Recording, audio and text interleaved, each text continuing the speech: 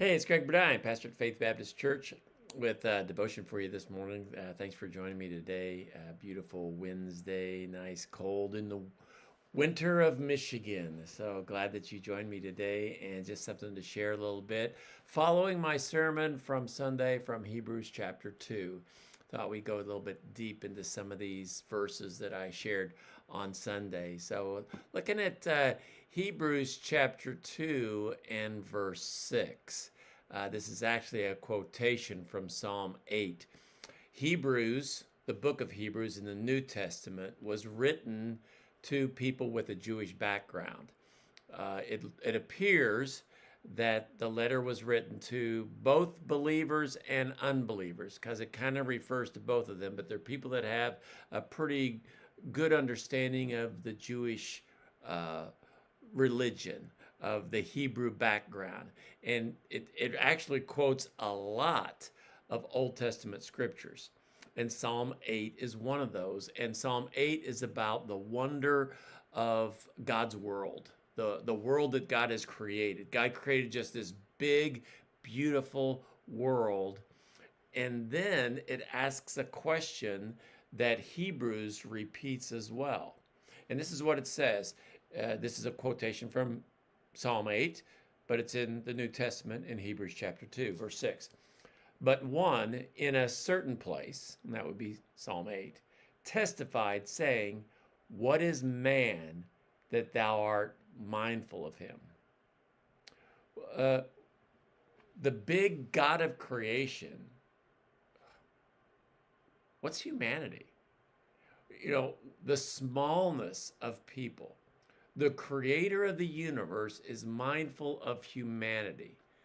Not just knows they're there, but God is personally involved in humanity. This little ball of earth, and you've got the whole big, gigantic universe and galaxy after galaxy and all that is made.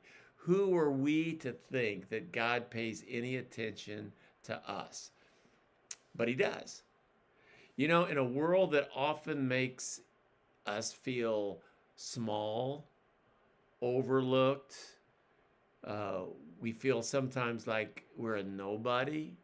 I mean, yeah, we're important to a few people, maybe, but not anybody important. But that God knows us. God doesn't forget us. And this passage even goes further, this Psalm chapter 2, God not only pays attention to humanity, he became a human. He entered into our condition. He was born like we were. He endured like we were. He got hungry like we do. He got lonely like we do. He got tempted like we do. Now, he was God, but our value is not only that God pays attention to us, but God is now one of us. Your value, my value, is not in my achievements. It's not in my usefulness. It's not even in my status, my position. My value is revealed by the fact that God cared enough about me that he became like me so he could redeem me at the cost of his own life. Wow. And so here's a thought. You matter to God. You, God, the most important person in the universe, the person of the universe, you matter to him. Not because of who you are or what you've done, but because of who he is and what he's done. You're important. And we can't pat ourselves on the back because of what it's just, we just got to say, God, I don't feel like it, but I must be. The God that cannot lie says you're of value enough that his son died on the cross for you, became a person. What is man that God is mindful of him? Oh, but you are always on his mind. So that is a wonderful thing to think about today. God bless you as you consider this deep